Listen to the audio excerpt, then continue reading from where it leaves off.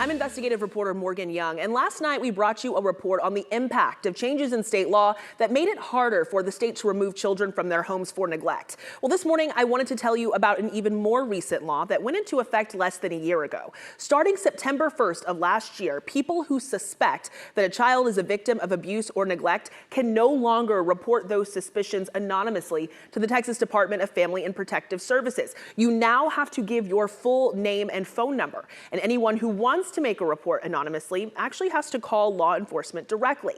Supporters of this legislation say they hope it will reduce false reports, for example, from people in custody disputes. But advocates we spoke with worry that fewer reports do not mean fewer children are at risk.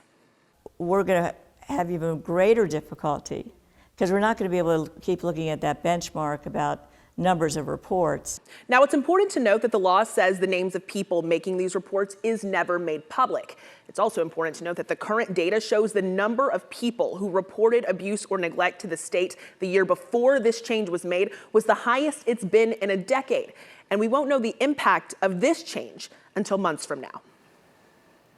You can report potential neglect or abuse by calling the number you see on your screen. It is 1-800-252-5400. Again, 1-800-252-5400. It is toll free, 24 hours a day, 7 days a week. And if you'd like to learn more about the changes in the Texas foster care system, you can watch Morgan's full investigative report right now on our website at WFAA.com.